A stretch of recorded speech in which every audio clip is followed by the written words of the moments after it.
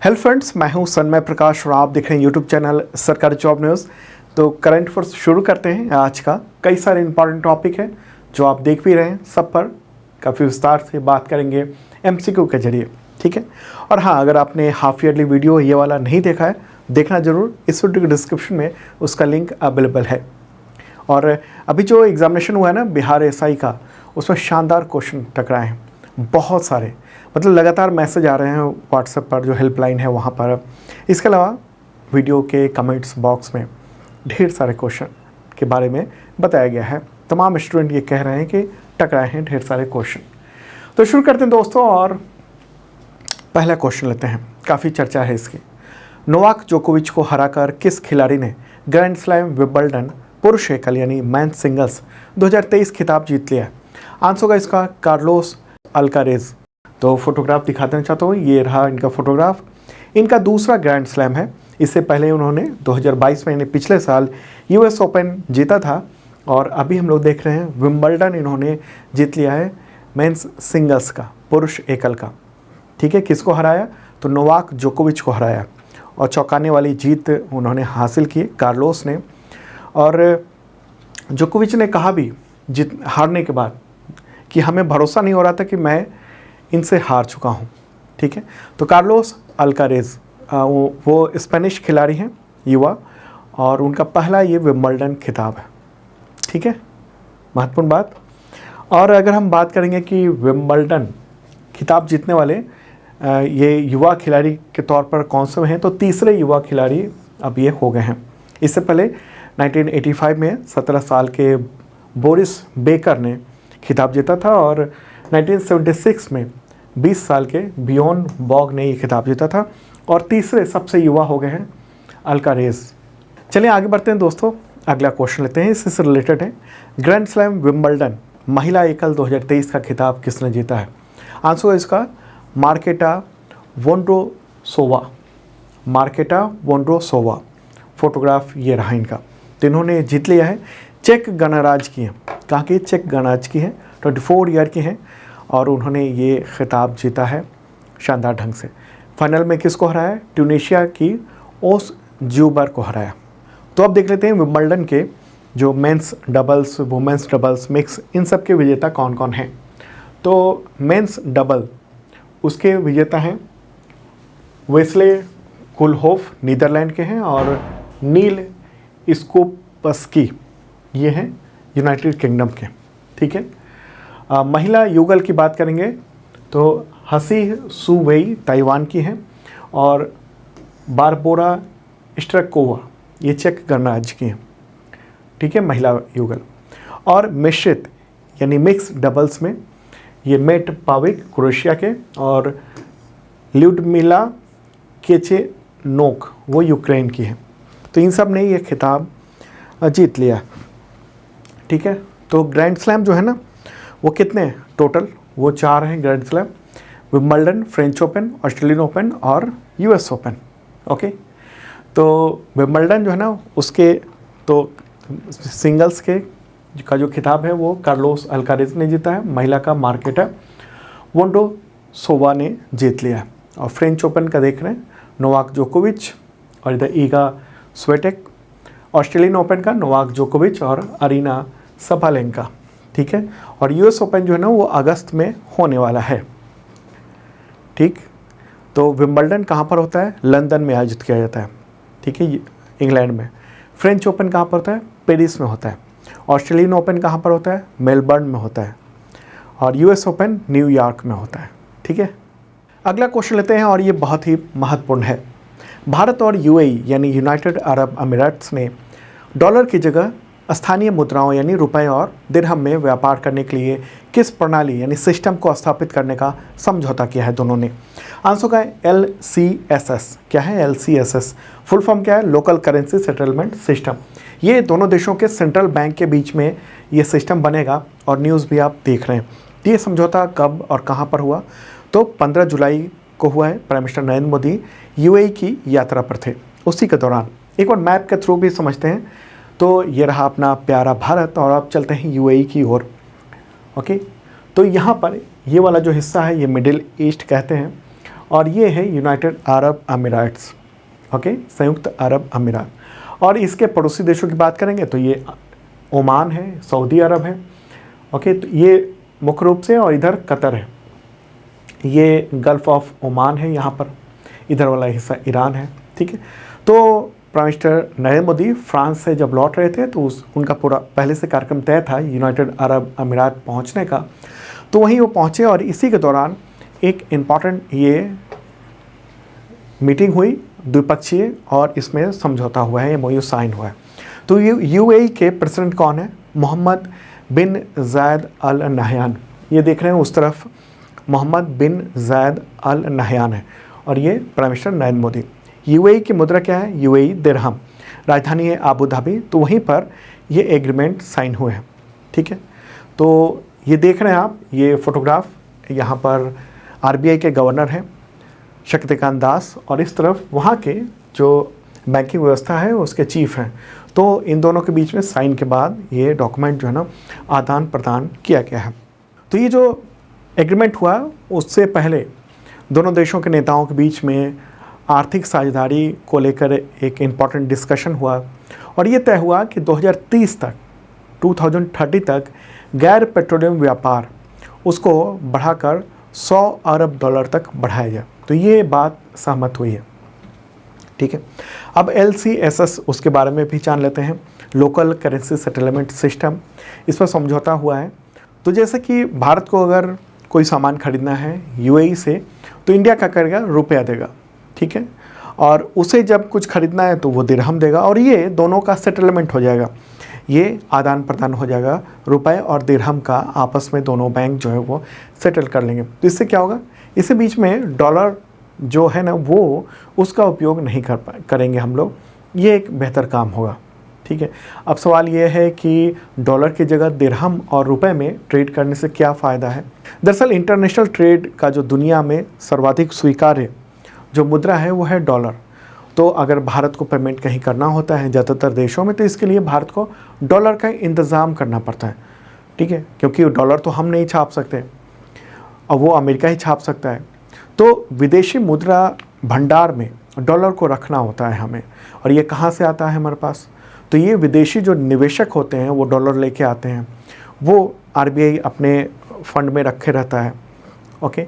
दूसरा ये है कि अंतर्राष्ट्रीय जो व्यापार होता है, हम यहाँ से जो दूसरे देश को सामान भेजते हैं तो उसमें हमें डॉलर मिलता है पेमेंट के रूप में, ओके। तो इससे यहाँ पर डॉलर का एक बैंक तैयार होता है। तो अब क्या है कि हम जो है ट्रेड डेफिसिट में है, दुनिया के व्यापार में हमारा व्यापार घाटा है, तो ऐसे में क्या होता है कि हमें डॉलर का इंतज़ाम बहुत ज़्यादा करना पड़ता है और बहुत सोच समझ कर करना पड़ता है उसे खर्च, ठीक है। तो अगर बीच में डॉलर हट जाएगा और रुपए में ही और उस करेंसी में व्यापार होगा, तो इससे ख़ास बात है कि हमें उस डॉलर का प्रभुत्व के अंदर में नहीं रहना पड़ेगा, वो उसके जो बहुत सारे लिमिटेशंस हैं उसमें नहीं रहना पड़ेगा, ठीक है। तो ये एक इम्पॉर्टेंट बात है।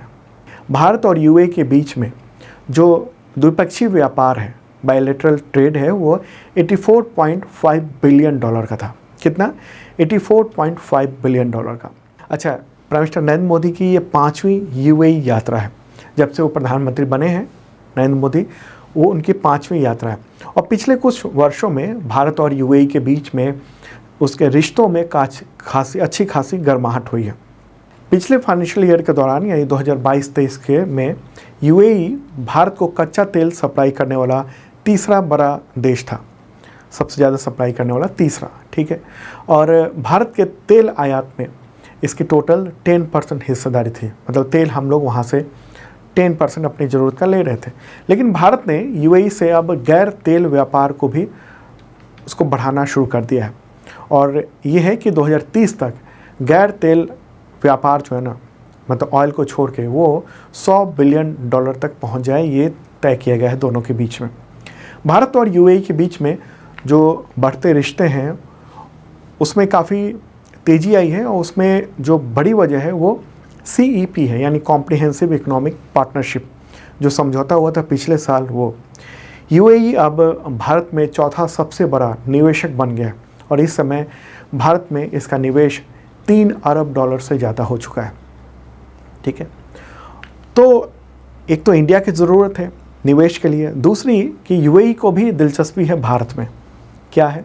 तो देखिए, सऊदी अरब की तरह ही यूएई जो है ना वो अपनी अर्थव्यवस्था में विविधता लाना चाहता है, केवल तेल आधारित अपनी व्यवस्था नहीं रखना चाहता है। ओके, तो अपने तेल आधारित जो अर्थव्यवस्था है उसकी, उस पर से निर्भरता कम करना चाहता है, इसलिए वो दुनिया भर में निवेश के नए ठिकाने ढूंढ रहा है। और उसका focus food business, green and infrastructure, real estate कारोबार, ग्रीन इंफ्रास्ट्रक्चर, इन सब में है। और इसी वजह से वो निवेश के लिए ढूंढता है ऐसी जगह, और वो भारत उसके लिए अनुकूल है। बहुत सारे देशों में उसने निवेश किया हुआ है, भारत भी उसमें से एक है, महत्वपूर्ण है। ठीक है, तो मुझे लगता है इस मामले में आप पूरी बात समझ चुके होंगे। यूएई और भारत के बीच में जो रिश्ते हैं उसको समझ चुके होंगे, और जो डेवलपमेंट हो रहा है वो भी। और हाँ, जो भी मैं बता रहा हूँ ना उसका PDF अवेलेबल है हिंदी और इंग्लिश दोनों लैंग्वेज में। इस वीडियो के डिस्क्रिप्शन में आप चेक कर सकते हैं। और हाँ, एक मेंबरशिप प्लान भी है 1 ईयर का, इसके ज़रिए आपको करंट अफेयर्स का PDF मिलता है। इसके अलावा इतने सारे टेस्ट सीरीज़ में पार्टिसिपेट करने का मौका मिलता है। कई सारे तमाम एग्जामिनेशन के टेस्ट सीरीज़ अवेलेबल हैं इस 1 ईयर मेंबरशिप प्लान के तहत। और PDF जो मिलता है करंट अफेयर्स का वो वीकली, मंथली, क्वार्टरली, ईयरली मिलता है। आपके तमाम एग्जामिनेशन में बहुत काम आएगा। और अभी जो तमाम एग्जामिनेशन हुए हैं हाल फिलहाल के, उसमें बहुत सारे क्वेश्चन टकराए हैं। ठीक है, चलिए आगे बढ़ते हैं। अगला क्वेश्चन लेते हैं, किस IIT का कैंपस आबू धाबी में खोलने के लिए भारत और यूएई के बीच में MOU साइन हुआ है?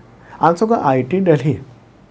और ये MOU साइन हुआ है प्रधानमंत्री नरेंद्र मोदी जब यूएई की यात्रा पर थे, उसी के दौरान दोनों देशों के शिक्षा मंत्रालय के बीच में ये एग्रीमेंट साइन किया गया है। ओके, तो अब आबू धाबी में खुलेगा एक कैंपस IIT दिल्ली का। और IIT मद्रास के बाद ऐसा दूसरा IIT दिल्ली होगा जिसका कैंपस जो है ना वो विदेश में खुलने जा रहा है। दूसरा ऐसा IIT होगा। अगर पहले IIT की बात करेंगे तो IIT मद्रास, उसका कैंपस कहाँ का खोला गया था? तंजानिया के जांजीबार में। ठीक है, एक परिसर स्थापित किया गया। और अब IIT दिल्ली का आबू धाबी में ये सेंटर खोला जाएगा, और वहाँ पर कोर्सेज, ग्रेजुएशन और मास्टर्स के वो सारे कोर्सेज वहाँ पर होंगे। ओके, तो भारत के शिक्षा मंत्री कौन हैं अभी इस वक्त? धर्मेंद्र प्रधान। आगे बढ़ते हैं दोस्तों, अगला क्वेश्चन लेते हैं। विश्व अंतर्राष्ट्रीय न्याय दिवस यानी world day for international justice ये कब मनाया जाता है? आंसर होगा 17 जुलाई को। ठीक है, इस दिवस को अंतर्राष्ट्रीय आपराधिक न्याय दिवस या फिर अंतर्राष्ट्रीय न्याय दिवस भी कहा जाता है। तो ये दिन जो है ना वो मौलिक मानवाधिकारों की वकालत करने और इंटरनेशनल जो अपराध होते हैं उस पर ध्यान केंद्रित करने और उस पर जस्टिस यानी न्याय कैसे मिले इसको लेकर ये केंद्रित है। क्यों मनाया जाता है ये दिवस? दरअसल हुआ ये था 17 जुलाई 1998 को, और कई सारे देशों ने एक ट्रीटी साइन की थी। वो इंटरनेशनल ट्रीटी थी, Rome statute of the international criminal court, मतलब इंटरनेशनल क्रिमिनल कोर्ट की स्थापना के लिए। तो इसी संधि के आधार पर फिर बाद में ICC यानी इंटरनेशनल क्रिमिनल कोर्ट की स्थापना की गई थी। कहाँ पर? नीदरलैंड में की गई थी। तो इसलिए ये 17 जुलाई को ये दिवस आयोजित किया जाता है, क्योंकि 17 जुलाई 1998 को एक ट्रीटी साइन की गई थी दुनिया भर में। तो एक बार उसके बारे में भी बता देते हैं। ICC यानी इंटरनेशनल क्रिमिनल कोर्ट के बारे में इम्पॉर्टेंट है। अभी हाल ही में पुतिन को जो गिरफ्तार करने का वारंट जारी किया था वो इसी कोर्ट ने किया था, कुछ महीने पहले की बात है। तो ये तो रहा अपना प्यारा भारत, और ये नीदरलैंड में है ICC यानी इंटरनेशनल क्रिमिनल कोर्ट, वहाँ चलते हैं। ये यूरोप है, और यहाँ पर ये वाला जो रेड वाला जो हिस्सा है वो है नीदरलैंड, और नीदरलैंड में ही एक शहर है द हेग, तो वहीं पर ICC है यानी इंटरनेशनल क्रिमिनल कोर्ट है। ठीक है, ये वाली जो बिल्डिंग देख रहे हैं आप वो है, और ये जो अदालत है वो इंटरनेशनल कोर्ट ऑफ जस्टिस यानी ICJ उससे अलग है, आप कंफ्यूज मत हो जाना। ठीक है, तो इसका सदस्य देश है 123, 123। इंडिया मेंबर नहीं है। इसका स्थापना हुई थी 1 जुलाई 2002 को, और ये international treaty Rome statute of the international criminal court के तहत बना, और वो साइन हुआ था 17 जुलाई 1998 को। इसी वजह से ये दिवस इस दिन मनाया जाता है, ठीक है। और आईसीसी का अधिकार क्षेत्र केवल उन्हीं देशों में है जिसने इस पर साइन किया हुआ है, इस ट्रीटी पर साइन किया हुआ है और फिर रेटिफाई किया हुआ है। तो 123 देश हैं ऐसे। अच्छा, किस तरह के अपराध की यहाँ पर सुनवाई होती है? नरसंहार, मानवता के खिलाफ अपराध, युद्ध अपराध, आक्रामकता का अपराध, तो इन सब को लेकर होता है। तो अब आगे बढ़ते हैं, अगला क्वेश्चन लेते हैं। किस अंतर्राष्ट्रीय खेल संगठन ने महिला क्रिकेट खिलाड़ियों को पुरुषों के बराबर पुरस्कार राशि यानी प्राइज मनी देने का फैसला किया है? आंसर होगा आईसीसी यानी इंटरनेशनल क्रिकेट काउंसिल। यहाँ पर आईसीसी का मतलब इंटरनेशनल क्रिकेट काउंसिल होगा। और ये द इकोनॉमिक टाइम्स में आप न्यूज़ भी देख रहे हैं। अभी जुलाई में एक मीटिंग हुई और उसी में आईसीसी ने ये तय किया कि पुरुष और महिला दोनों खिलाड़ियों को समान पुरस्कार राशि दी जाएगी, ठीक है। तो एक कदम अच्छा उठाया गया। अच्छा, ऐसा ही कदम बीसीसीआई ने भी अक्टूबर 2022 में उठाया था, पिछले साल, और उसने फीस और मैच फीस और अवार्ड मनी उसको जेंडर इक्वालिटी को अपनाया था उसके, और बराबर फीस कर दिया था, ठीक है। तो एक महत्वपूर्ण बात ये रही। और आईसीसी के चेयरपर्सन कौन है? Greg Berkeley. अगला क्वेश्चन लेते हैं। भारत की थोक महंगाई दर यानी होलसेल इन्फ्लेशन रेट जून 2023 में कितनी रही? आंसर होगा -4.12%, -4.12%। तो न्यूज़ आप देख रहे हैं, जून 2023 में थोक महंगाई दर घट गई है और इस स्तर पर आ गई है। अच्छा, ये जो आंकड़ा है ना, वो 7.5 साल का निचला स्तर है। इससे पहले अक्टूबर 2015 में -3.81% था, और अभी हम लोग देख रहे हैं कितना हो गया, काफ़ी महंगाई दर कम हो गई है। थोक महंगाई दर की बात हो रही है। और जबकि खुदरा महंगाई दर की बात करेंगे ना आप, तो बढ़ गई। खुदरा महंगाई दर जून 2023 में 4.81% थी, और थोक महंगाई दर वो माइनस में चली गई, -4.12%। अच्छा, किसने ये रिपोर्ट जारी की है थोक महंगाई दर की? तो department for promotion of industry and internal trade यानी DPIIT ने ये जारी किया, और ये ministry of commerce and industry उसके अंतर्गत आता है। और अगर खुदरा महंगाई दर की बात करेंगे तो वो NASO जारी करता है, नेशनल स्टैटिस्टिक्स ऑफिस, ठीक है। तो थोक महंगाई दर जो है ना, होलसेल प्राइस इंडेक्स यानी WPI से के आधार पर तैयार किया जाता है, और ये उन कीमतों से संबंधित है जो थोक बाज़ार में एक कारोबारी दूसरे कारोबारी से डील करते हैं। तो ये वहाँ की ये महंगाई दर है। अब आप सोच रहे होंगे कि आखिर इतना अंतर कैसे है, मतलब थोक महंगाई दर माइनस में है और खुदरा महंगाई दर प्लस में है, ये अंतर क्या है? तो ये बताता है कि ज़िंदगी जीने की लागत यानी खुदरा महंगाई दर वो बढ़ रही है, लेकिन प्रोड्यूसर्स जो है ना, जो उत्पादन कर रहे हैं, उनका प्रॉफिट मार्जिन में बढ़ोतरी नहीं हो रही है, और डिमांड बढ़ नहीं रही, डिमांड कम हो रही है। तो थोक में महंगाई जो है वो घट रही है और खुदरा में महंगाई बढ़ रही है। तो ये जो दोनों है ना, महंगाई का आंकड़ा वो भ्रम में डाल सकता है कि ये मतलब क्यों एक ज़्यादा है और एक बहुत कम है। देखिए, उसमें बड़ी वजह ये है खुदरा महंगाई दर में कि अनाज की महंगाई काफ़ी बढ़ी है, लेकिन मैन्युफैक्चर प्रोडक्शन जो है ना वो माइनस में चला गया है, इसलिए थोक महंगाई दर जो है ना वो कम दिख रही है हमें, ठीक है। और महत्वपूर्ण बात ये भी है कि केंद्र सरकार का ये कहना है कि जो होलसेल इन्फ्लेशन है उसमें गिरावट की बड़ी वजह खनिज तेल, खाद्य उत्पाद, मूल धातु, कच्चे पेट्रोलियम पदार्थ, प्राकृतिक गैस, वस्त्र, इन सब की मूल्य में कमी है।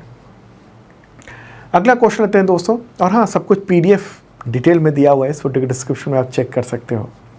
अगला क्वेश्चन होगा 19वें एशियाई खेलों में पुरुष T20 स्पर्धा के लिए भारतीय टीम का कप्तान किसे बनाया गया?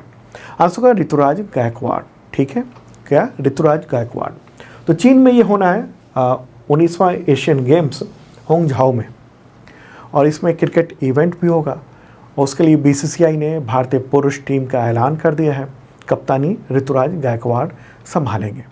अगला क्वेश्चन, 19वें एशियाई खेलों के लिए महिला क्रिकेट टीम का कप्तान किसे बनाया गया है? क्या नाम है उनका? आंसर होगा हरमनप्रीत कौर, ठीक है। हरमनप्रीत कौर को कप्तान और स्मृति मंधाना को उप कप्तान बनाया गया है। तो न्यूज़ देख रहे हैं पुरुष और महिला दोनों के बारे में है। ऋतुराज गायकवाड़ वो पुरुष के और हरमनप्रीत कौर ये महिला टीम की कप्तान। ओके, चलिए आगे बढ़ते हैं। अगला क्वेश्चन लेते हैं। एशियाई एथलेटिक्स चैंपियनशिप 2023 में भारतीय खिलाड़ियों ने कुल कितने गोल्ड मेडल जीते हैं? गोल्ड मेडल जीते गए हैं और ये कहाँ पर आयोजन किया गया? तो वो बैंकॉक यानी थाईलैंड में आयोजित किया गया 12 से 16 जुलाई 2023 तक। तो इसमें इंडिया ने 27 मेडल जीते हैं। ठीक है, गोल्ड 6, सिल्वर 12 और 9 ब्रॉन्ज मेडल जीता है। अगर पदक तालिका की बात करें तो नंबर 1 जापान रहा है, सेकंड पे चाइना और थर्ड पे इंडिया रहा है। ठीक है, अब आगे बढ़ते हैं। अगला क्वेश्चन लेते हैं इसी से रिलेटेड। एशियाई एथलेटिक्स चैंपियनशिप 2023 में ज्योति याराजी ने किस श्रेणी में गोल्ड मेडल जीता है? आंसर होगा महिलाओं की 100 मीटर बाधा दौड़ में। ठीक है, तो ये फोटोग्राफ रहा इनका। अगला क्वेश्चन लेते हैं। एशियाई एथलेटिक्स चैंपियनशिप 2023 में अब्दुल्ला अबू बकर उन्होंने किस श्रेणी में गोल्ड मेडल जीता है? आंसर होगा पुरुषों का ट्रिपल जंप। क्या है? पुरुषों का ट्रिपल जंप में। अगला क्वेश्चन लेते हैं। पारुल चौधरी ने एशियाई एथलेटिक्स चैंपियनशिप 2023 में किस श्रेणी में, किस कैटेगरी में गोल्ड मेडल जीता है? आंसर होगा महिलाओं की 3000 मीटर स्टीपल चेज दौड़ में। ठीक है, तो उसमें इन्होंने जीता है। अगला क्वेश्चन लेते हैं। अजय कुमार सरोज उन्होंने एशियाई एथलेटिक्स चैंपियनशिप 2023 में किस श्रेणी में गोल्ड मेडल जीता है? आंसर होगा पुरुषों का 1500 मीटर जो दौड़ है उसमें जीता उन्होंने। तो ये पूरी लिस्ट ये रही गोल्ड मेडल की, टोटल 6 हैं। एक इनका क्वेश्चन शायद रह गया था। तजिंदर पाल सिंह तूर उन्होंने पुरुषों का जो शॉर्ट पुट है उसमें गोल्ड मेडल उन्होंने जीता है। तो दोस्तों ये था इंपॉर्टेंट करंट अफेयर्स। कैसा लगा कमेंट बॉक्स में बता सकते हैं और अब मिलते हैं कल ताज़ा तरीन कंटेंट के साथ। बाय।